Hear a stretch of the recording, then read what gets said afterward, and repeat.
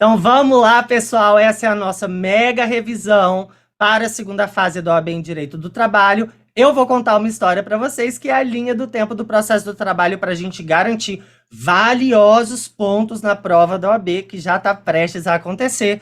Vou compartilhar aqui o meu quadro branco para vocês já se acostumarem com a minha metodologia. Meus alunos gostam bastante e eu acho que vocês vão gostar também.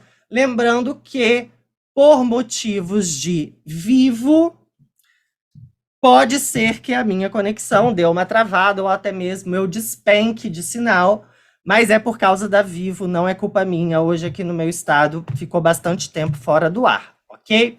Então a gente vai começar pelo processo de conhecimento, beleza? E claro que quando um trabalhador se sente lesado, se sente prejudicado, não recebeu seus direitos trabalhistas, o empregador não cumpriu com as suas obrigações do trabalho, ou ele foi dispensado por justa causa e quer reverter isso, ou ele quer pleitear rescisão indireta, pedir horas extras, intervalo intra-jornada, o que é que ele vai fazer quando o cliente procura você no seu escritório como advogado e advogada que vocês serão em breve? Vocês vão ajuizar a temida reclamação trabalhista. Se cair reclamação trabalhista na prova de vocês, lembrem-se de citar o artigo 840, parágrafo 1º,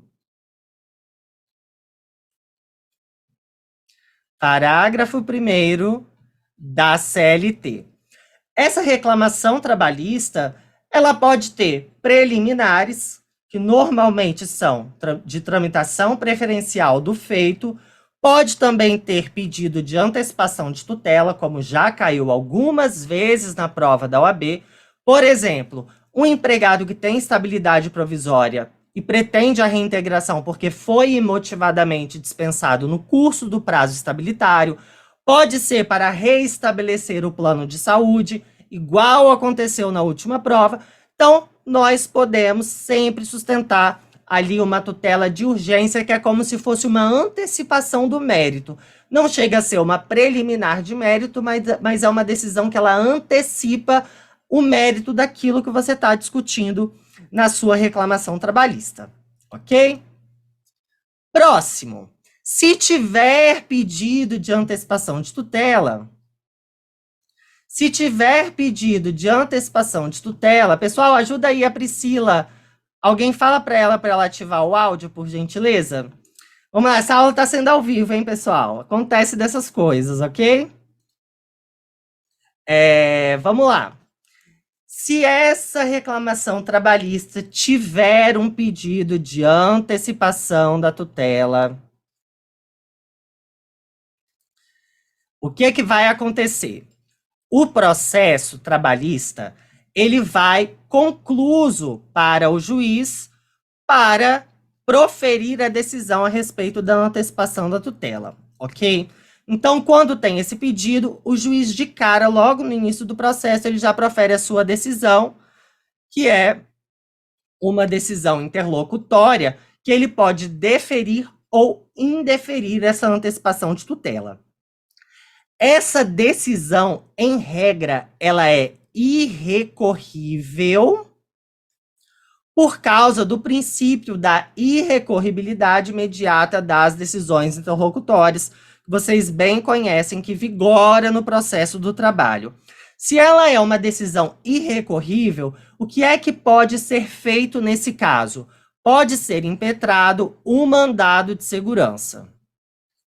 Então, é uma das hipóteses de cabimento do mandado de segurança no processo do trabalho, conforme previsto lá na súmula 414, inciso 1º do TST. Inciso 2º, perdão. Mas tenham muita atenção que só é cabível o mandado de segurança quando essa decisão é proferida antes da sentença. Ela pode ser proferida lá no início do processo, pode ser proferida também em audiência, depois de oferecida a contestação. Quando for antes da sentença, é cabível o mandado de segurança. Se for na sentença, ou seja, Se o juiz decidir a respeito da antecipação de tutela na própria sentença, aí não é cabível mandado de segurança, é cabível recurso ordinário para o Tribunal Regional do Trabalho, porque a gente está tratando de uma decisão definitiva de mérito, ok? Então aí a gente vai aplicar o artigo 895, inciso 1º da CLT, beleza? Então essa é uma observação importante, muita atenção com relação à súmula 414. Ajuizada a reclamação trabalhista, em 48 horas, a parte reclamada, ela é citada. Então, ela recebe o que a gente chama tecnicamente de notificação citatória, pode ser também citação, para ela comparecer em audiência, que será aquela primeira desimpedida, respeitado o quinquídio de 5 dias. A gente sabe que no processo do trabalho não existe um prazo para o oferecimento da contestação, porque a contestação ela é oferecida em audiência, mas entre a citação e a audiência tem que respeitar esse prazo mínimo de 5 dias, sob pena, inclusive, do cerceamento do direito de defesa. Muita atenção com relação ao artigo 841 da CLT, ok? Caso a reclamação trabalhista seja ajuizada em um juízo incompetente, em razão do território, incompetente, em razão do território, ou seja, uma incompetência relativa e não absoluta. A incompetência material é incompetência absoluta, a territorial é uma incompetência relativa. Por que relativa? Porque se a parte não apresentar a exceção de incompetência no prazo de 5 dias após a citação, porque isso foi alterado pela reforma trabalhista, ok? A exceção de incompetência ela tem que ser apresentada no prazo de 5 dias. Se ela não for apresentada, aquele juízo inicialmente incompetente, ele passa a ser competente territorialmente. Isso não vai acontecer com a incompetência material. A incompetência material, por ser uma incompetência absoluta, ela inclusive pode ser declarada de ofício pelo juiz, ok? Então vamos lá, algumas regrinhas importantes a respeito dessa exceção de incompetência. Apresentada a exceção de incompetência, o juiz ele vai proferir uma decisão. Também vai ser uma decisão interlocutória, que, em regra, ela é irrecorrível no processo do trabalho. Mas, para toda regra, há uma exceção. A súmula 214, a linha C do TST, que acho uma súmula fortíssima para a prova de vocês, ok? Acho uma súmula fortíssima. Diz o seguinte: se a exceção de incompetência for acolhida e os autos forem remetidos para TRT distinto, ou seja, para outro estado, o processo foi ajuizado aqui no Espírito Santo e o juiz entendeu que o processo deve ser remetido lá para São Paulo, nesse caso a gente pode interpor o recurso ordinário. Mas isso só vai acontecer se houver a remessa para TRT distinto, ou seja, para outro estado. Se o processo foi ajuizado aqui em Vitória, Espírito Santo, mas o juiz entende que deveria ter sido ajuizado lá em Cachoeiro de Itapemirim, que é interior do Espírito Santo, e é a cidade do rei Roberto Carlos, nesse caso a decisão ela é irrecorrível, ok? Só será cabível o RO se for remetido para TRT distinto. Então essa também é uma regra que eu considero muito forte para a prova de vocês. Feito tudo isso, a gente chega na audiência trabalhista, que a audiência ela pode ser una ou ela pode ser inaugural. E por que eu digo que ela pode ser inaugural? Porque o juiz ele tem o poder de conduzir o processo da melhor maneira. E ele pode decidir por fracionar a audiência. Isso é muito comum da prática. Um juiz ele marca uma audiência, que acaba sendo uma audiência de conciliação e também para fazer os requerimentos de provas, e ele fraciona e marca a audiência de instrução para outra data. A audiência será una quando tudo acontece em um ato só. conciliação e instrução, tudo no mesmo dia, no mesmo momento. Será inaugural quando for feita só a conciliação e o requerimento de provas, e a audiência de prosseguimento ela é chamada de audiência de instrução, quando efetivamente são produzidas as provas, ok? Nessa primeira audiência, pode falar. É Tiago aqui, boa noite. Oi, Thiago, tudo bem? Tudo bem, sim. Eu vi uma pergunta agora aqui que achei até interessante. Perguntaram onde será interposto o RO em caso de, É no, de decisão no, das áreas de competência. Isso. no TRT originário, no Isso, é primeiro no TRT, TRT. então. No primeiro TRT, então, É, isso. no primeiro TRT. Naquele TRT considerado incompetente. Isso, obrigado, Será professor. nesse TRT, ok? Vamos lá. Essa audiência una ou inaugural, o que pode acontecer aqui, hein? O reclamado vai oferecer a sua contestação, ok? Sendo a contestação escrita, o reclamado oferece pelo processo judicial eletrônico, utilizando o seu token, acessa lá o PJE, faz o protocolo da contestação e documentos antes do início da audiência, ok? Esse é o prazo que ele tem. Ele deve protocolar e assinar no PJE antes de começar a audiência. Ele também pode fazer uma contestação oral de 20 minutos, é mais raro de acontecer, mas se for escrita, é a contestação lá no PJE. Qual é a previsão legal, pessoal? É o artigo 847 da CLT, que se cair na prova de vocês, a gente tem que citar como fundamento legal. Quais são as principais preliminares da contestação, pessoal? Primeiro, inépcia. Quanto que vai acontecer a inépcia? A inépcia, ela tem mais casos do que eu vou falar agora, mas o que mais cai na prova da OAB é quando faltar pedido, ou seja, tem a causa de pedir, mas não tem o pedido, foi feita uma alegação, mas não foi feito um requerimento, pode ter o pedido e não ter a causa de pedir, que também será inepto, ou seja, foi feito um requerimento, mas não foi feita qualquer alegação a respeito disso, ou ainda, quando o pedido for ilíquido, é uma novidade trazida pela reforma trabalhista, que é a Lei 13.467 de 2017, que alterou lá no artigo 840, parágrafo 1º, que a reclamação trabalhista, o pedido deve ser certo, determinado e com a indicação do seu valor. Caso isso seja descumprido, o parágrafo 3º do 840 fala que a ação será extinta sem resolução do mérito.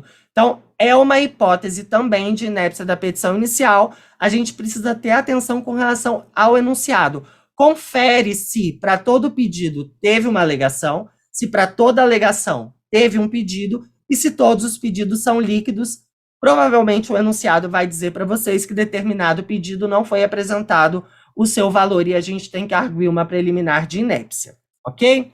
Pode acontecer também litispendência e coisa julgada. Litispendência e coisa julgada. Coisa julgada é quando, no processo do trabalho, operou a coisa julgada material, um processo que inicialmente foi ajuizado, já teve uma decisão ou foi feito um acordo devidamente homologado, ou a sentença transitou em julgado, nesse caso opera-se a coisa julgada. A gente não pode discutir de novo sobre o mesmo pedido, a mesma matéria, em uma nova reclamação trabalhista. Uma vez que opera-se a coisa julgada, a gente tem que arguir uma preliminar. Litispendência é quando há outra ação trabalhista em curso com o mesmo pedido. Nesse caso, a gente também vai pedir a extinção do pedido sem resolução do mérito.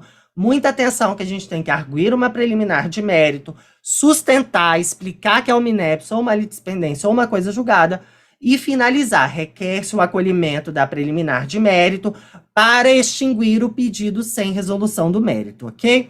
Também pode acontecer a incompetência material, aqui não é incompetência territorial, é incompetência material, ou seja, em razão da matéria, principalmente o que está lá no artigo 114 da nossa Constituição Federal, que tem lá um monte de incisos sobre a competência da Justiça do Trabalho. Caso determinada matéria não esteja prevista naqueles incisos, é possível arguir uma preliminar de incompetência material. Na prova da OAB, cai bastante a súmula. Na prova da OAB, cai bastante a súmula 368, inciso 1º do TST, que diz respeito às contribuições previdenciárias. Eu cheguei a explicar isso nos meus stories, porque muita gente tem dificuldade de entender, mas eu vou explicar de novo para a gente sair daqui fera nisso, ok? Vamos lá.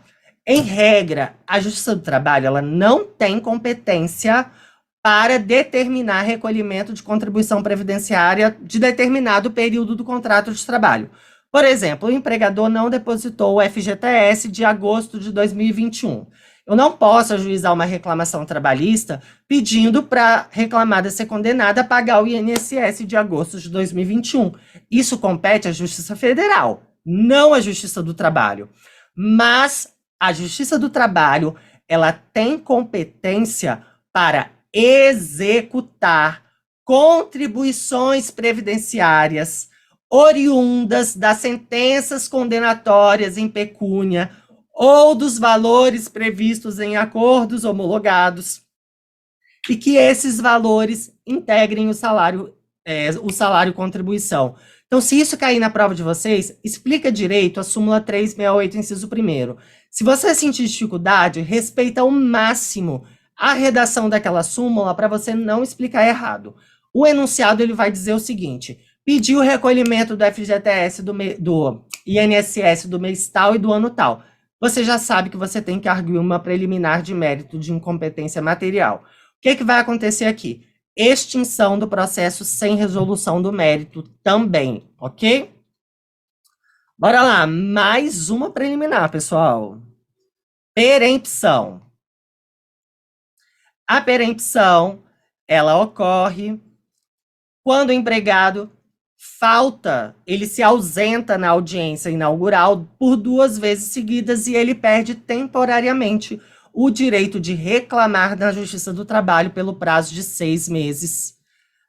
É o que está lá no artigo 732 da CLT. Muito cuidado para não confundir essa hipótese com o 731, porque tem diferença entre eles, beleza?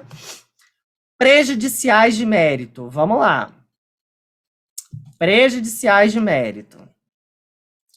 Prejudiciais de mérito, eu estou me referindo ao quê? Prescrição. A prescrição trabalhista, ela pode ser prescrição bienal, ou seja, o empregado ele tem o prazo de 2 anos a partir da extinção do contrato de trabalho para ajuizar sua reclamação trabalhista. Pode ser a prescrição quinquenal, ou seja, ele pode reclamar as verbas dos últimos 5 anos contados do ajuizamento da ação. As verbas anteriores aos últimos 5 anos estão alcançadas pela prescrição quinquenal. Pode ser uma prescrição total, que são prestações sucessivas de parcelas não previstas em lei, em que o empregado tem 5 anos a partir da lesão e do inadimplemento para reclamar na Justiça do Trabalho. Então, a gente conta 5 anos a partir daquele momento, é diferente da prescrição quinquenal. E tem também a prescrição intercorrente lá na fase de execução, quando a parte se mantém inerte pelo prazo de 2 anos. Se mantém inerte pelo prazo de 2 anos lá na fase de execução, quando foi intimada para tomar alguma providência. Beleza? Então, são essas 4 hipóteses de prescrição que a gente tem no processo do trabalho. Muito cuidado, porque a prescrição gera a extinção com resolução do mérito, não é sem resolução do mérito, ok? Aqui a gente vai aplicar o artigo 487 do CPC, ao passo que nas preliminares a gente vai analisar o 485 do CPC, beleza? Vamos lá, mais uma situação aqui dessa audiência ou inaugural. Muita coisa acontece aqui, hein? Muita coisa. Comparecimento das partes. Pessoal, vamos lá, hein? Quero a participação de vocês aí no chat. O que acontece se o reclamante faltar na audiência una ou inaugural? O que acontece? Todo mundo escrevendo aí no chat. Arquivamento. Arquivamento da ação. Muito bem. Vamos lá. Arquivamento da ação. Todo mundo, se a reclamada faltar, mas o reclamante está presente, o que acontece? Revelia e confissão quanto à matéria de fato. Muito bem. Lembrando que, se o advogado da reclamada estiver presente na audiência, ele pode requerer que o juiz do trabalho receba a contestação em documentos. É uma novidade da reforma trabalhista lá no artigo 844 da CLT, ok? Aqui a gente aplica a revelia e a confissão. E o que acontece, pessoal? Se ambos se ausentarem, se os dois, se ninguém comparecer, o que acontece com esse processo? Bora lá, todo mundo falando no chat. Arquivamento, isso aí, pessoal. Arquivamento, isso aí. Acontece o arquivamento, pessoal. Tem que tomar cuidado para não confundir com revelia. Por quê? Porque se o reclamante falta, o processo está arquivado. Por que você vai falar que vai aplicar a revelia se o processo já vai ser extinto de toda forma? Não faz sentido. Então, se o reclamante faltar, arquivamento. Se a reclamada faltar, revelia e confissão. Se ambos faltarem, arquivamento da ação. Ok? Muita atenção ao artigo 844 da CLT. Lembrando também que o processo do trabalho não admite atraso das partes. Somente o juiz do trabalho tem um prazo de tolerância de 15 minutos, lá no artigo 815 da CLT. A OJ 245 do TST, da SDI1 do TST, estabelece que esse atraso de 15 minutos não se aplica às partes, ok? Oferecida a contestação, a parte reclamante tem o direito de apresentar sua réplica. A réplica pode ser apresentada na própria audiência de maneira oral, ou ela pode pedir um prazo para apresentar essa manifestação sobre os documentos. Aqui a gente utiliza o CPC.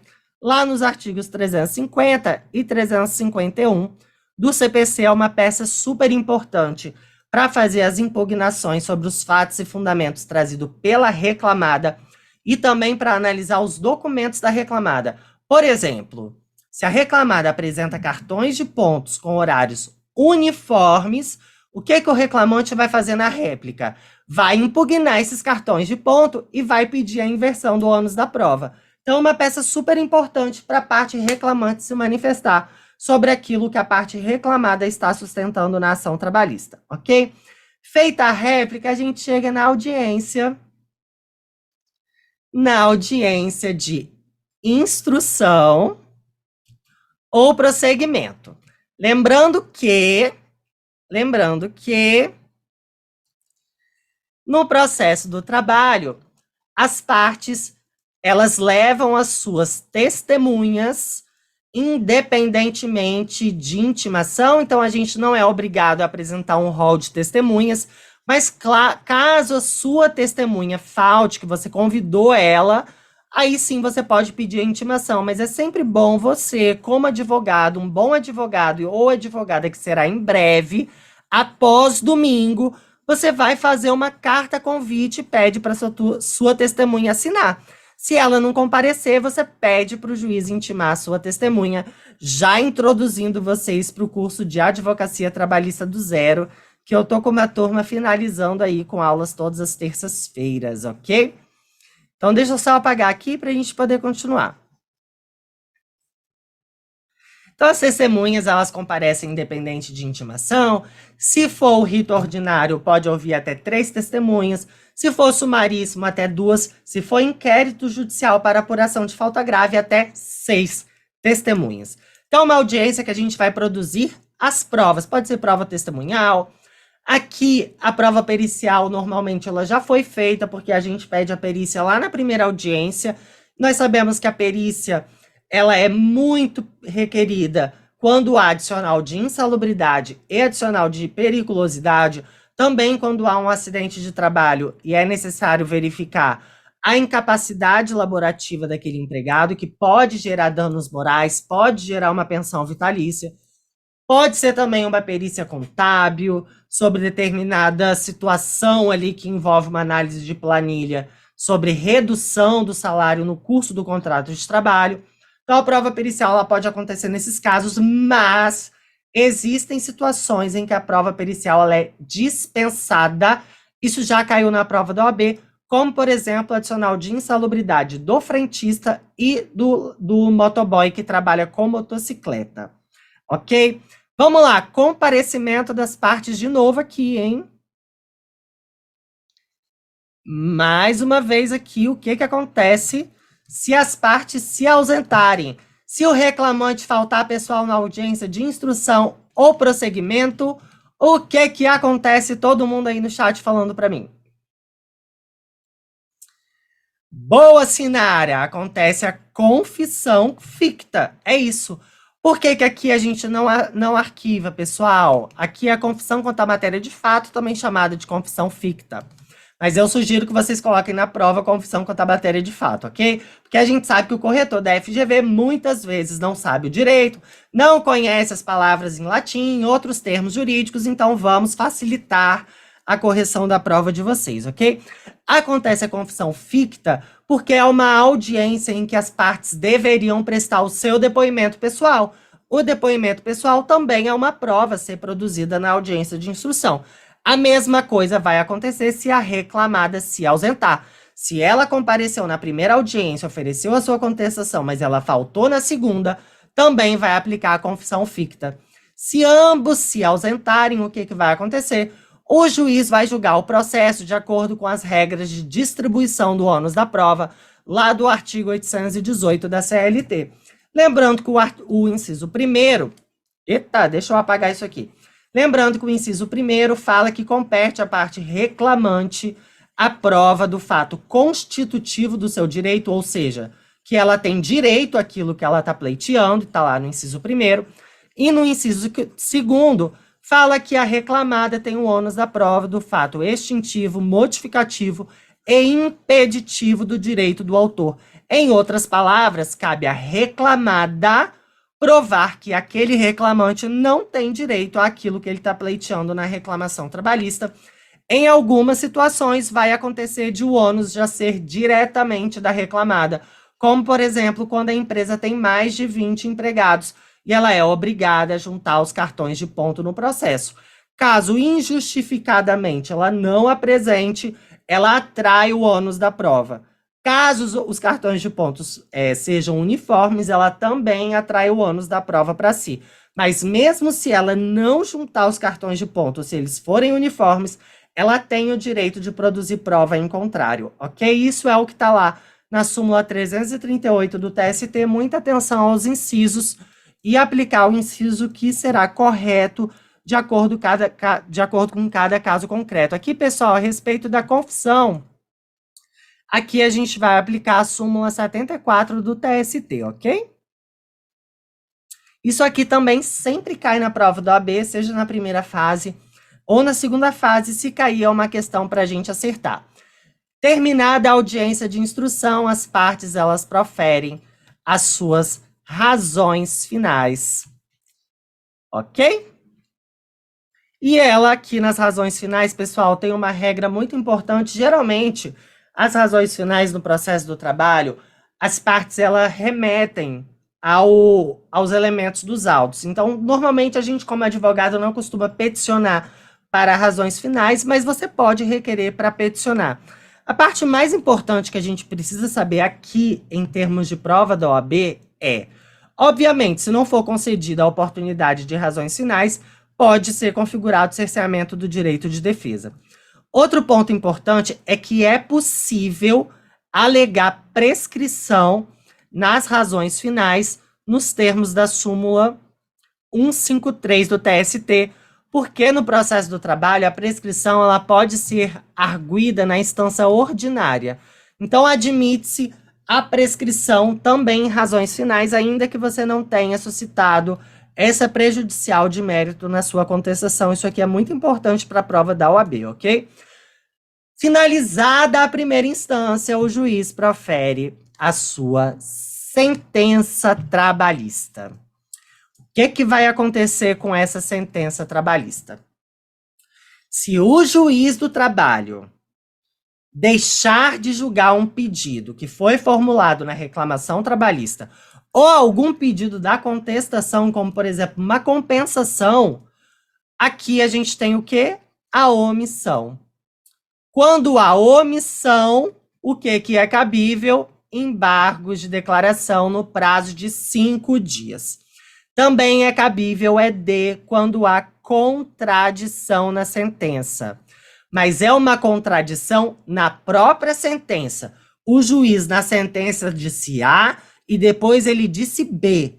Não é contradição entre a sentença e a prova dos autos. Por exemplo, o juiz julgou de maneira contraditória porque ele não viu o documento tal. Isso não pode embargo de declaração. Inconformismo com a sentença, a gente tem que interpor recurso ordinário. Embargos de declaração é para sanar um vício na própria sentença, ok? Os embargos de declaração estão lá no artigo 897-A da CLT. Uma regra muito importante com relação aos embargos de declaração. Eles podem ter o que a gente chama de efeito modificativo. O que é o efeito modificativo? O efeito modificativo é o seguinte, eu considero embargo de declaração muito forte para a prova de vocês, tá? Que isso fique bem claro, presta atenção no que eu vou falar agora, hein?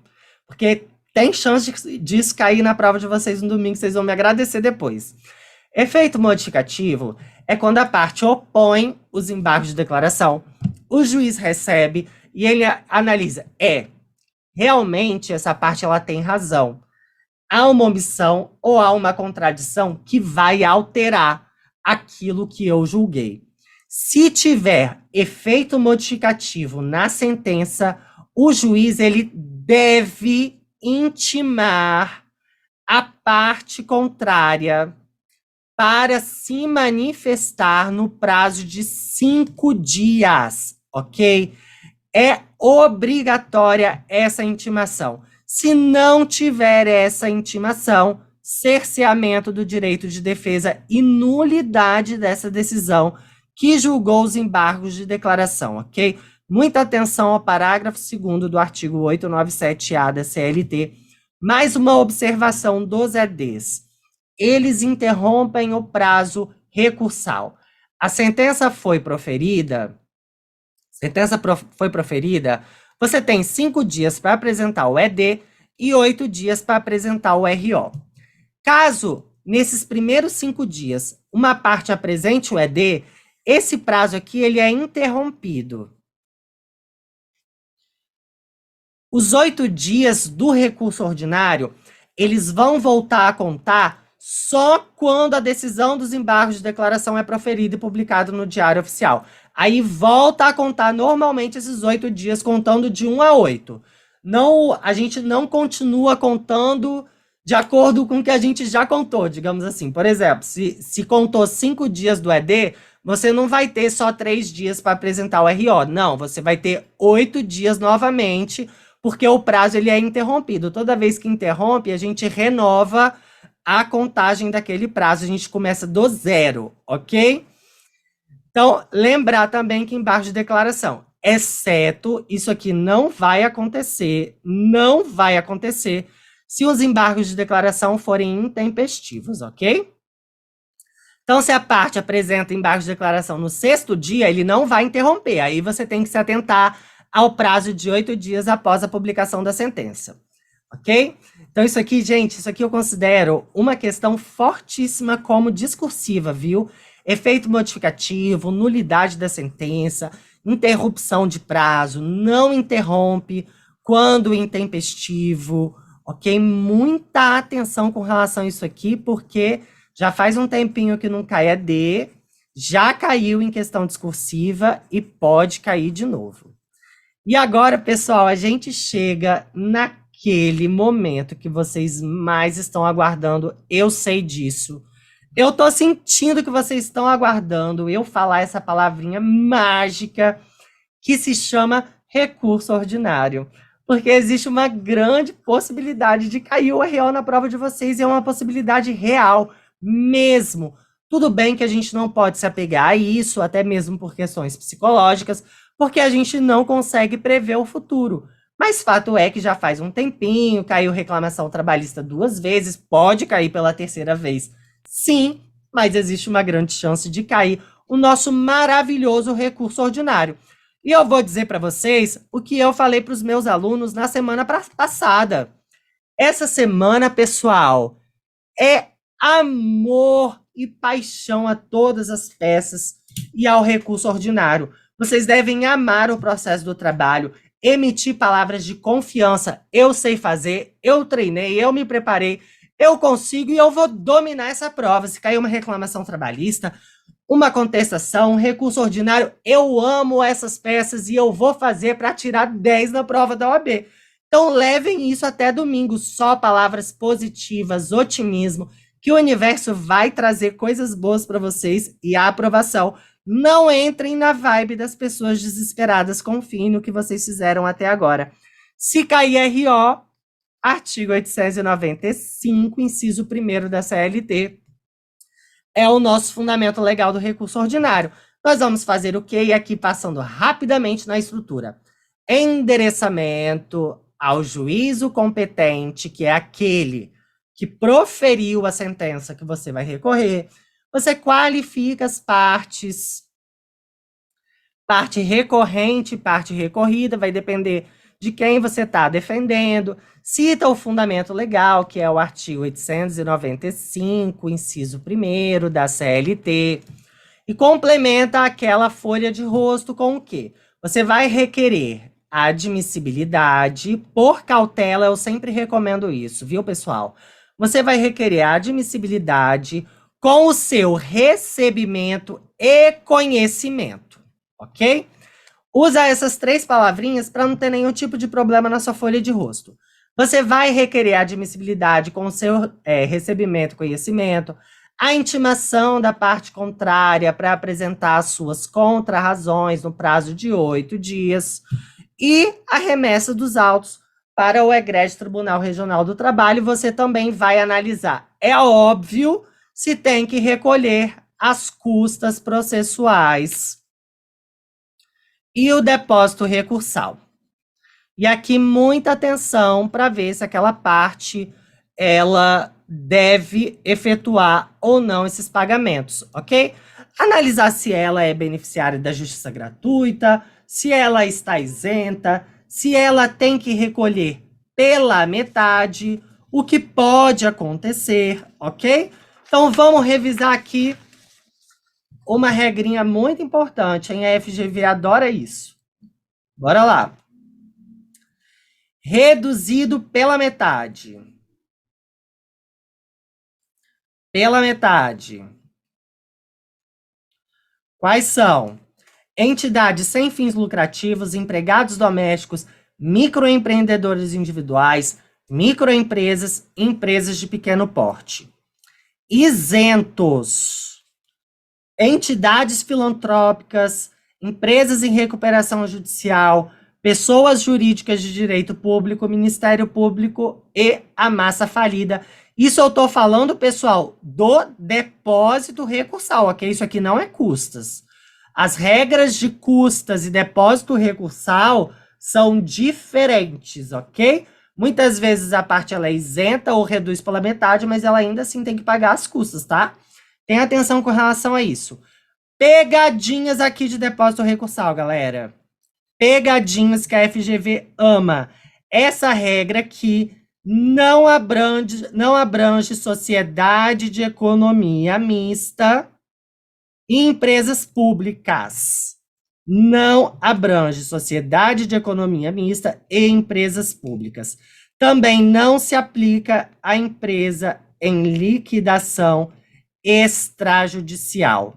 A FGV já cobrou tanto isso aqui quanto isso aqui na primeira fase e na segunda fase, ok? Tenham atenção com relação a isso. Você vai indicar o recolhimento das custas do depósito recursal. No valor D, você pode usar ali a abreviatura do real e 3 pontinhos, conforme as guias em anexo. Ou você, se preferir, por excesso de cautela, você também pode colocar os valores vigentes a título de depósito recursal. Lembrando que o depósito recursal é o valor da condenação limitado ao teto do TST. Professor, eu sempre vou pagar 10 mil, não sei quantos? Não. Se a condenação for de 5 mil, seu depósito recursal será de 5 mil. Porque o depósito recursal ele tem natureza de garantia do juízo. Ele não é meramente um preparo. Mas se a condenação for de 30 mil, você vai depositar 10 mil e tanto, porque é o teto do TST. Se a condenação for 9 mil, o depósito é de 9 mil. Se for de 2 mil, é de 2 mil. Se for de 15 mil, é de 10.900 e tanto lá, igual tá lá no teto do TST, que tem no Vademecum de vocês. Beleza? Por excesso de cautela, vocês podem indicar na prova de vocês esse valor, mas nunca veio previsto em gabarito, mas a FGV ela pode inovar a qualquer momento. Se tem no Vademecum de vocês, não tem problema nenhum em citar esse valor, ok? Por excesso de cautela, a gente sabe que a FGV sempre está mudando os gabaritos, beleza? Preliminares, aí a gente fecha a nossa folha de rosto, né, com encerramento, nesses termos, pede esfera de depoimento, local e data, advogado. OAB nunca identificar, nunca colocar o seu nome, tá?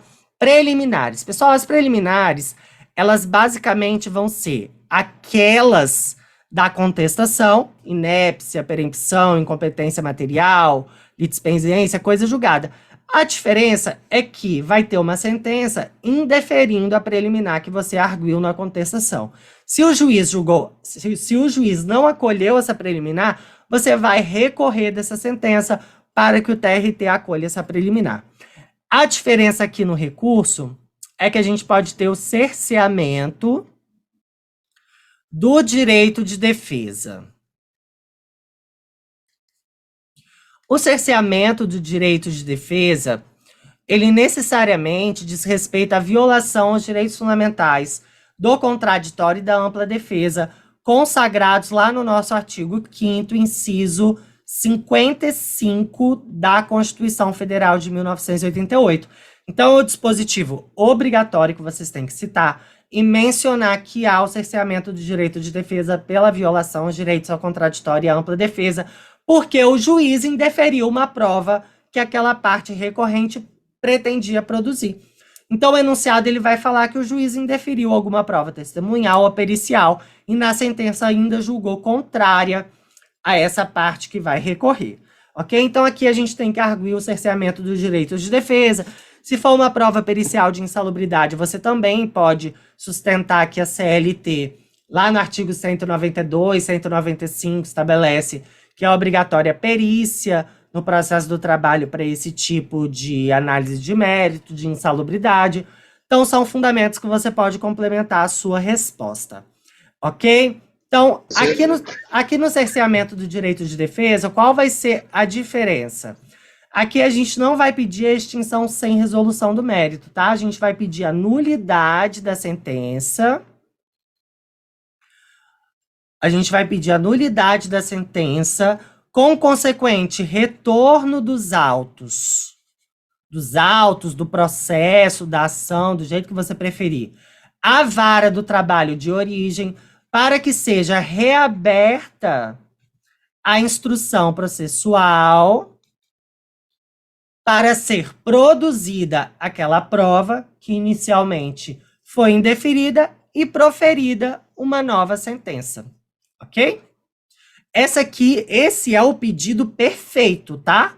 Proferida uma nova sentença. Esse é o pedido perfeito que vocês podem fazer. Não necessariamente é o que vai estar no gabarito da FGV. Muitas vezes o gabarito vem só com requerimento de nulidade da sentença. Mas como você quer passar, se livrar de uma vez por todas dessa prova maldita e dessa correção injusta, você vai fazer a sua prova de forma completa para evitar qualquer tipo de risco e correções injustas, ok? Vamos lá. Se esse recurso ordinário ele for denegado segmento, pessoal, porque fala que foi intempestivo, ou as custas foram pagas de maneira incorreta, ou não efetuou o pagamento, o que é que a parte que apresentou esse recurso ele pode fazer? Agravo de instrumento.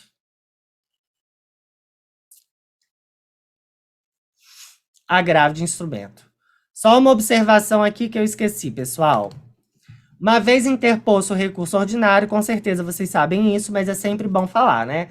Uma vez interposto o recurso ordinário, a parte contrária ela é intimada para apresentar suas contrarrazões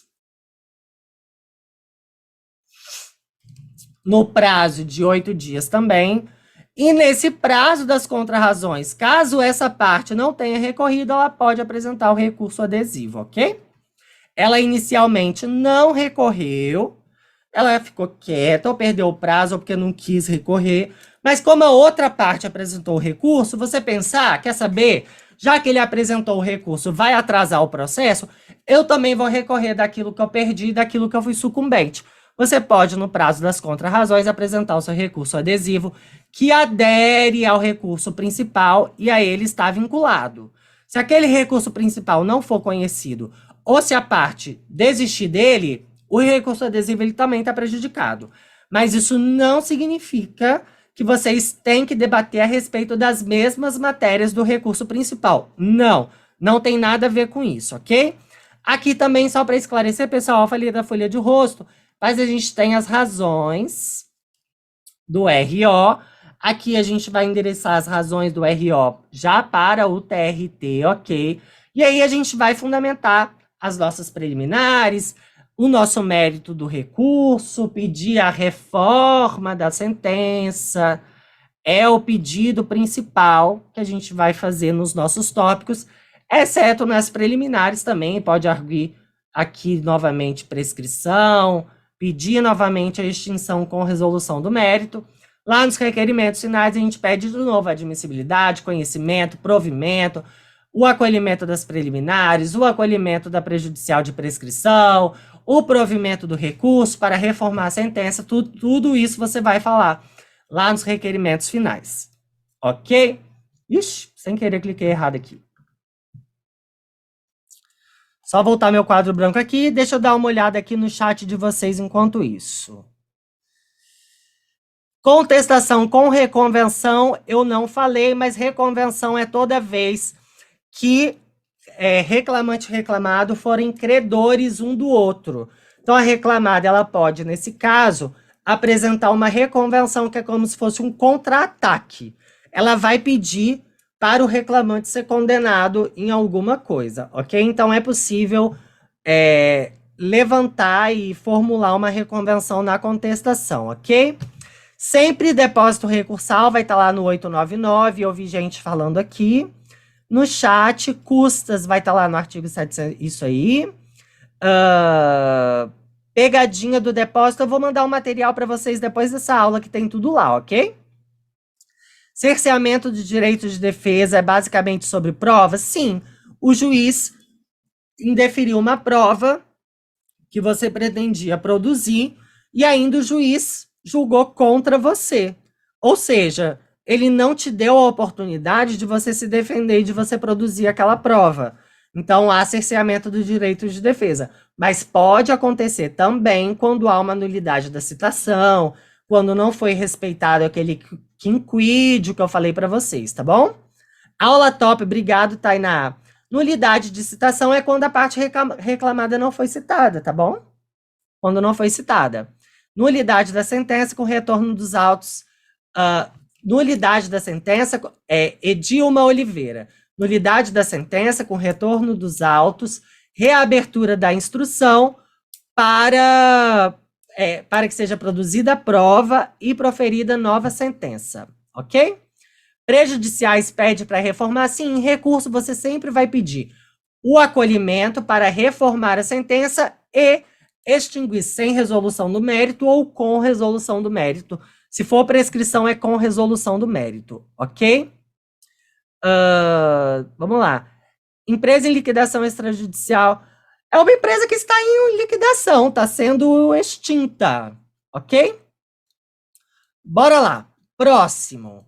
Agravo de instrumento. O RO não foi, mas isso de empresa em recuperação judicial, em liquidação, sociedade de economia mista, isso o enunciado vai falar expressamente, tá? Vai falar, empresa em liquidação extrajudicial, vai ter escrito lá, para você saber que tem que fazer o depósito recursal, porque ela não está abrangida pela redução pela metade, muito menos pela isenção, tá? O agravo de instrumento, pessoal, nós sabemos que ele é somente para destrancar recurso, tá? Então, aquele seu recurso principal, ele foi denegado segmento, a gente interpõe um agravo de instrumento para destrancar. O que é que a gente vai argumentar? Que o recurso, na verdade, ele é tempestivo, que as custas foram pagas, que o depósito recursal foi recolhido, que há regularidade na representação. Então, tudo isso a gente vai alegar no agravo, que nós vamos defender o quê? Olha, o seu juízo de admissibilidade, ele está errado. Os pressupostos extrínsecos e intrínsecos do recurso, eles estão presentes.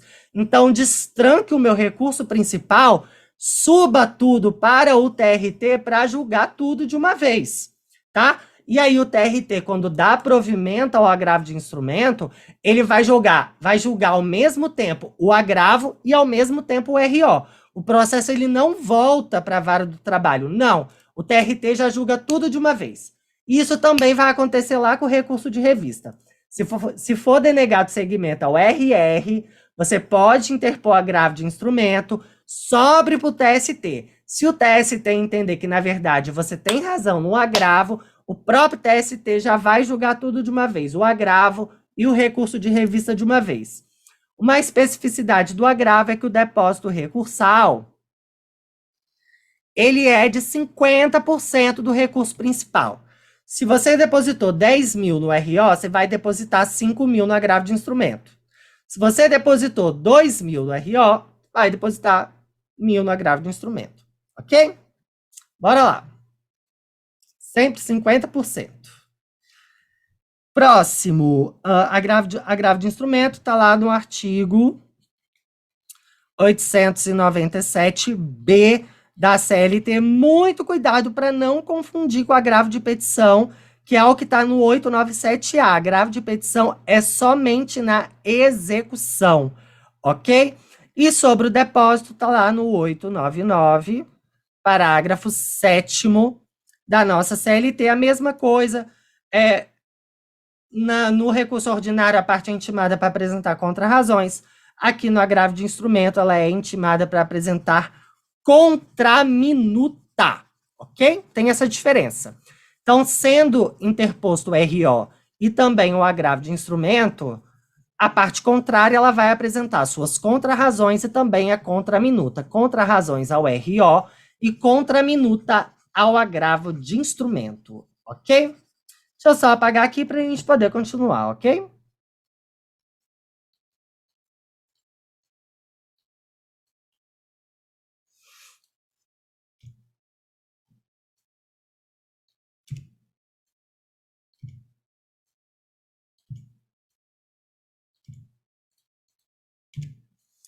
Bora lá. Bom, feito todo esse procedimento, o TRT vai prolatar o seu acórdão pelos desembargadores do Tribunal Regional do Trabalho. Aqui a mesma coisa, em face desse acórdão também pode ter embargos de declaração no prazo de 5 dias, as mesmas regrinhas que eu já expliquei para vocês. A diferença é que aqui o ED também vai servir para pré-questionamento. A gente sabe que o recurso de revista, para que ele suba para o TST, ele precisa ser dotado de transcendência e pré-questionamento. O que é pré-questionamento? Pré-questionamento de uma matéria que aquela matéria ela foi explicitamente debatida pelo TRT. Ok? Então, caso seja prolatado o acórdão em uma matéria que você pretende discutir em RR, não foi debatida expressamente pelo TRT, você pode opor os embargos de declaração com essa finalidade, provocando aquela turma do TRT para se manifestar a respeito daquela matéria que você pretende alegar como violação de lei federal, Constituição Federal, divergência com contrária à súmula, OJ, divergência jurisprudencial entre TRTs. Então, você precisa pré-questionar a matéria aqui em segunda instância. Isso aqui não se aplica lá na vara do trabalho, ok? Prolatado o acórdão, você pode apresentar o seu ED, tá? Pré-questionamento, a mesma coisa com relação ao efeito modificativo que eu falei, tá? Próximo passo é a gente apresentar o nosso RR, que é o recurso de revista, com previsão lá no artigo 896 da CLT, que é bastante extenso com as hipóteses de cabimento, mas basicamente, pessoal, a gente vai fazer o quê? A gente vai analisar o quê? Se há violação de lei federal, de Constituição Federal, de súmula do TST, de OJ do TST, e se tem divergência jurisprudencial. Isso vai alterar entre rito ordinário e rito sumaríssimo, muita atenção, porque no rito sumaríssimo só é admitido quando o acórdão é contrário à súmula e jurisprudência uniforme do TST, súmula vinculante do STF ou violação à Constituição Federal, não cabe por violação de lei federal. No caso da execução, o recurso de revista só é cabível quando há violação à Constituição Federal, mas tudo isso está lá no 896. Também tem que recolher as custas e o depósito recursal. Isso somente, pessoal, se não tiver atingido o valor da condenação, né? Se a condenação foi de R$10.000 e no RO você já depositou esses 10 mil, você não precisa depositar nada aqui no RR, porque o juízo ele já está garantido. A gente tem que lembrar que garantia do juízo significa o quê? Tornar aquela execução frutífera. Esse dinheiro ele é revertido para o reclamante lá na execução trabalhista, tá bom? Então, uma vez que você atinge o valor total da execução, nenhum depósito mais é exigido.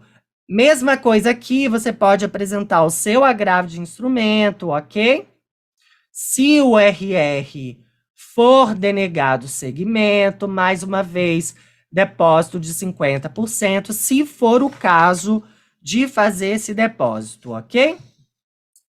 Feito isso, o processo sobe para o TST e o TST ele vai prolatar o seu acórdão por meio dos ministros do TST.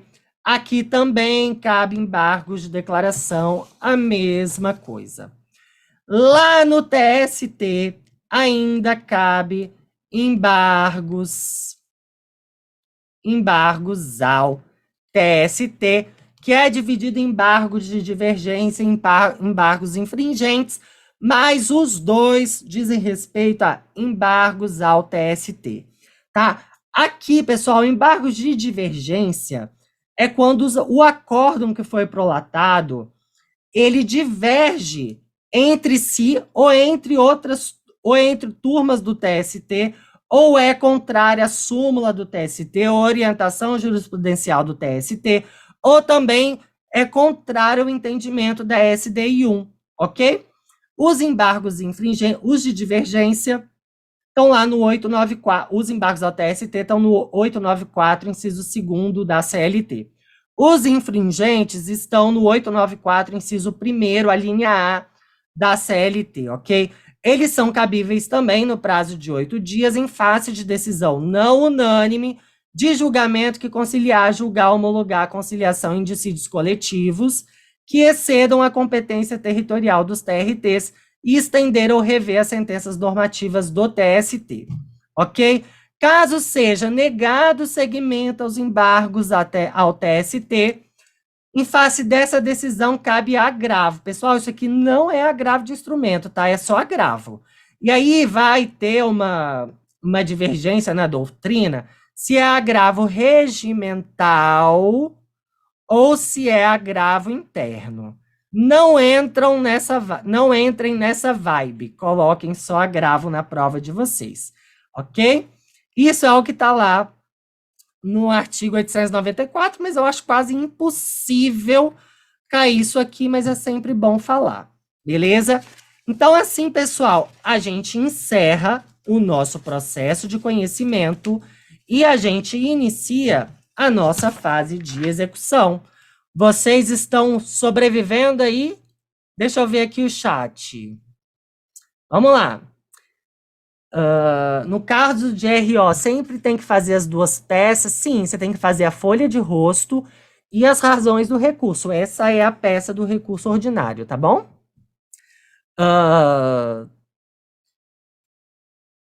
O não comparecimento de ambas as partes que gera o arquivamento é o próprio 844 da CLT, ok?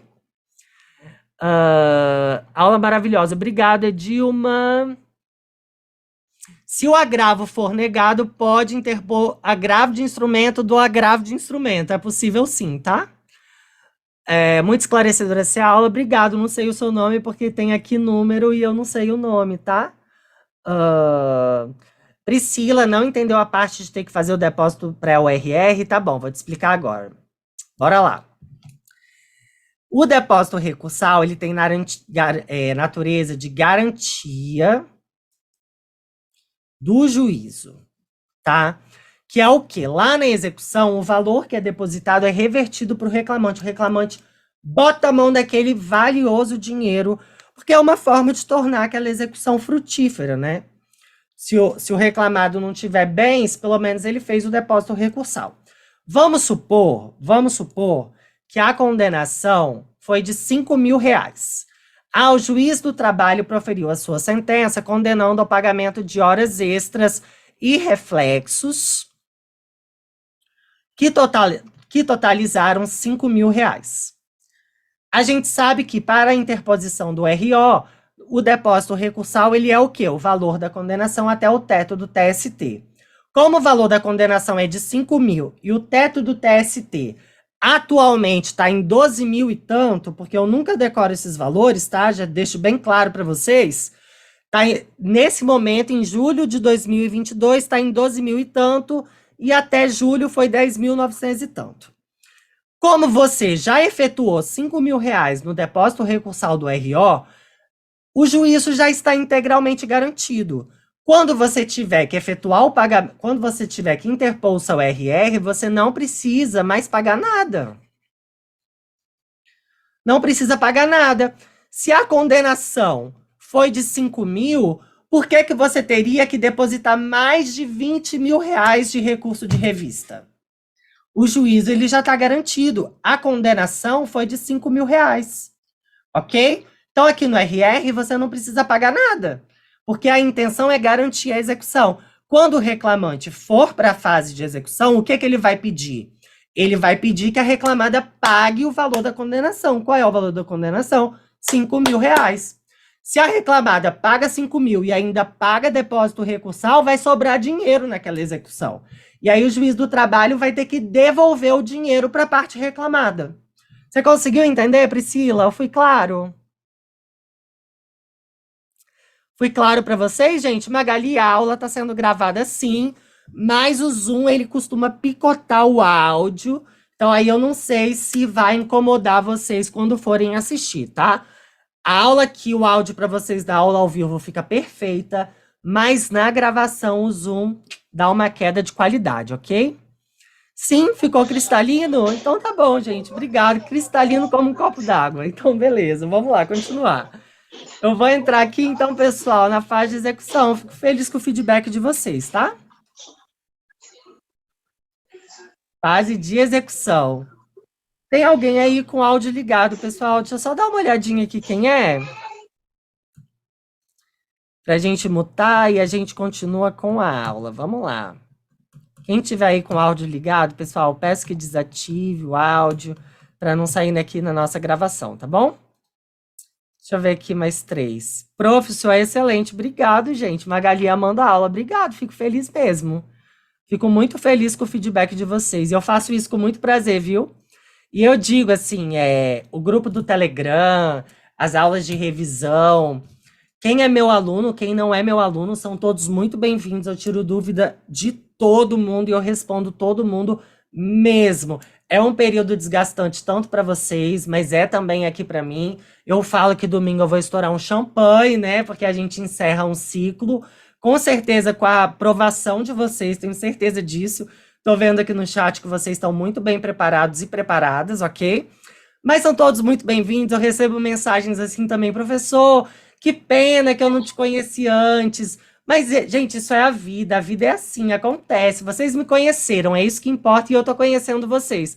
Independente se foi antes de vocês irem para a segunda fase, se vocês compraram o meu curso, se não compraram, nós somos parceiros, seremos parceiros de profissão já já. O Caput, ele tá num momento de expansão muito legal, então eu já estou conseguindo dar curso de advocacia trabalhista do zero. Já tem colegas super renomados que vão começar a gravar cursos de Lei Geral de Proteção de Dados, de execução fiscal no direito tributário, é uma procuradora da Fazenda Nacional. Então eu estou juntando uma equipe bem bacana para o CAPT dar os próximos passos, e esse feedback de vocês é muito legal para mim, tá? Dá muita força para a gente poder continuar, ok? E eu faço isso com muito amor mesmo. Vamos lá, a fase de execução, pessoal, a gente tem aqui a fase de liquidação.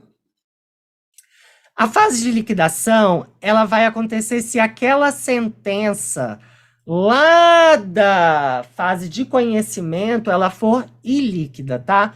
Se aquela sentença for ilíquida, aí a gente vai ter que passar por uma fase de execução, as partes vão apresentar os cálculos, o juiz vai homologar ou não esses cálculos, ele pode também nomear uma perícia técnica para apresentar os cálculos que esse juiz entende como devidos, tá? Mas as partes elas vão apresentar ali os seus cálculos. Mas pode ser que a sentença ela seja líquida, tá?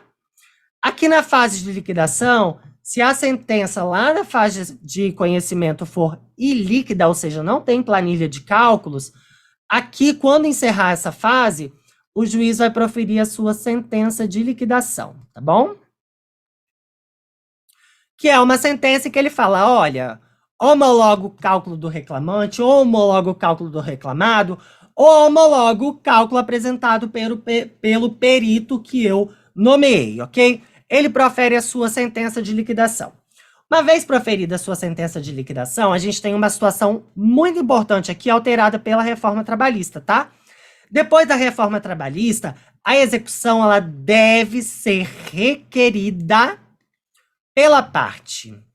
Antes da reforma trabalhista, o próprio juiz do trabalho poderia iniciar a execução, ok? Mas depois da reforma, por força do artigo 878 da CLT, em regra, a execução ela tem que ser iniciada pela parte. O juiz ele só pode iniciar a execução quando as partes não estiverem assistidas por advogado. Aí, nesse caso, ele pode impulsionar a execução de ofício. Caso contrário, se elas estiverem assistidas por advogado, ele não pode, é a parte que tem que peticionar falando: quero começar a execução, vamos que eu quero receber o meu dinheiro, meu dinheirinho valioso, se for a parte reclamante. E se for advogado, pessoal, vamos lá, hein? Ó, eu já corrigi muito exercício de aluno meu e eles sabem que eu puxo a orelha mesmo, porque eu cobro, eu sou exigente. Pessoal, a gente vai fazer uma prova da OAB, hein? Vocês vão ser advogados. O que é que vai manter a subsistência de vocês? Honorários advocatícios. Lembrem de pedir honorários advocatícios na peça de vocês, ok?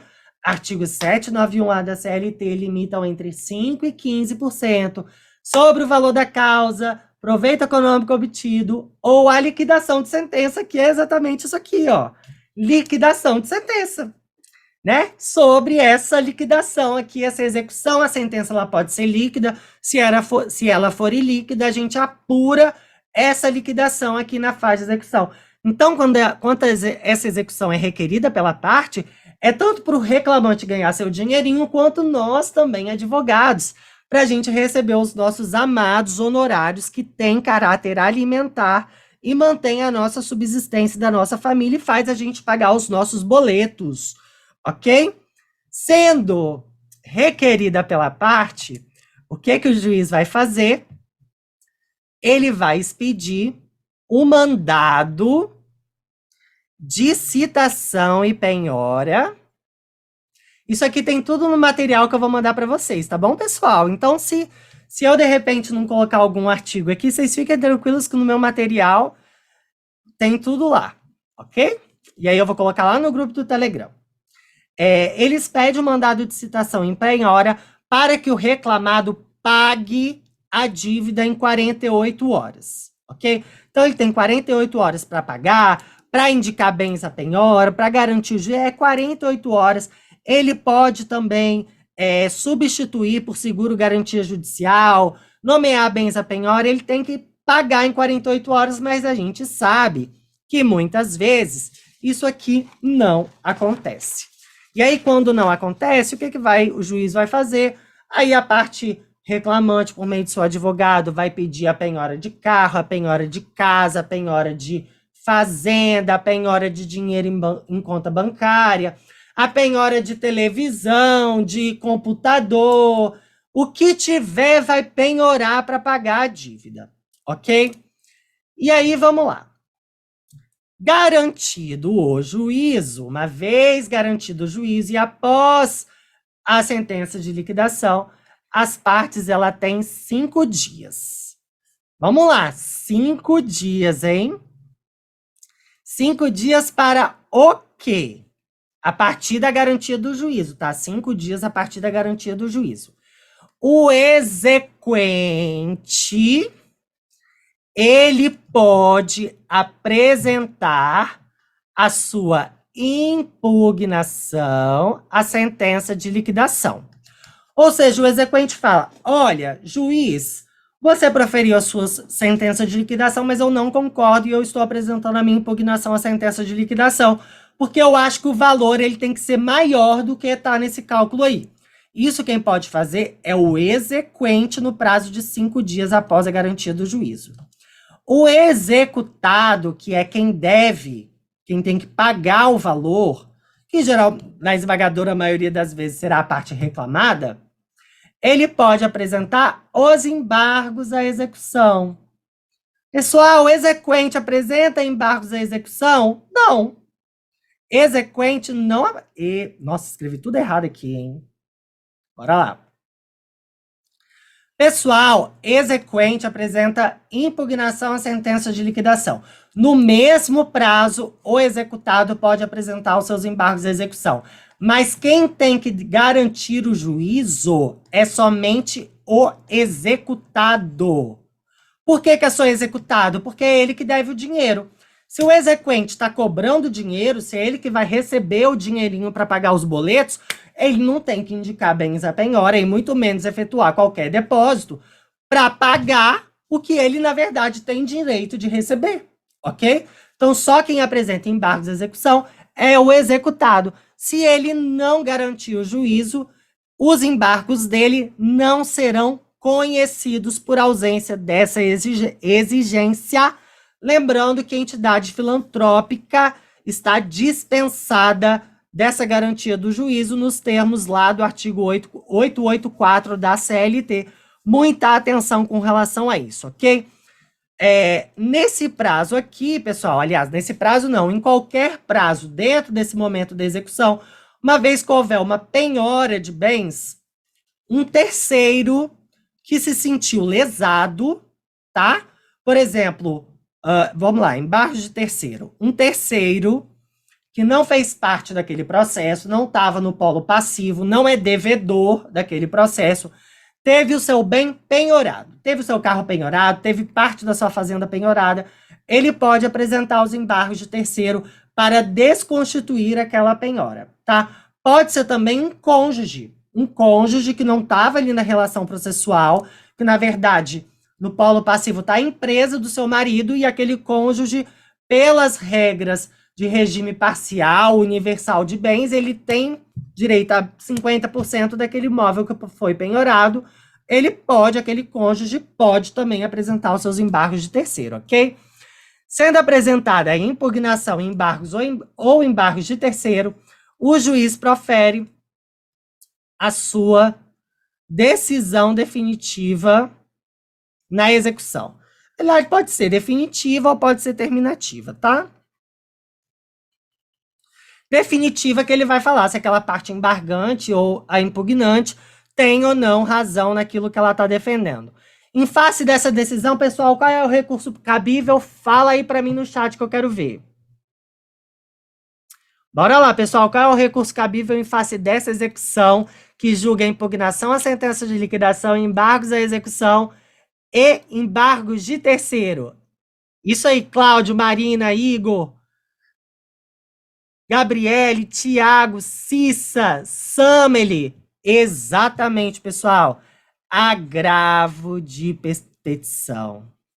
Pessoal, agravo de petição tem depósito recursal? Pessoal, fala para mim aí no chat.